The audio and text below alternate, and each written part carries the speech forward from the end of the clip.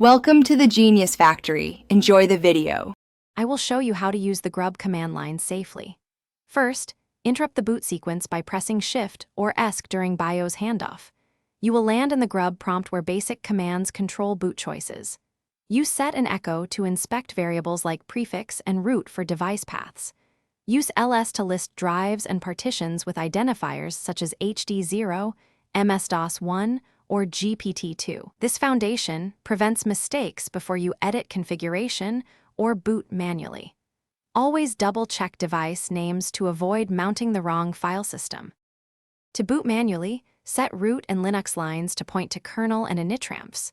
For example, run set root equals HD0 MS-DOS1, then run linux/vmlinux root equals /dev/sda1 row. Add initid/initramps. img then execute boot to start the kernel immediately. Use insmod normal and normal to return to the normal grub menu when needed.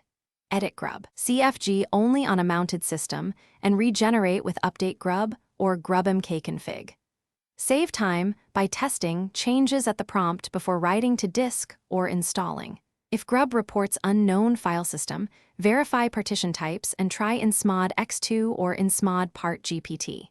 Use probe, search FSUID, and ls to locate kernels by UUID or label reliably. Avoid editing files under /boot without a backup. Copy grub CFG before making changes.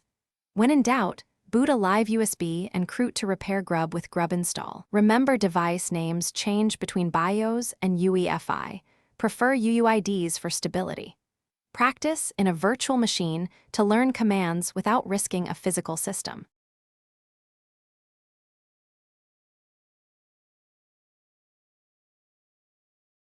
Thanks for watching. If you found this helpful, don't forget to like and subscribe.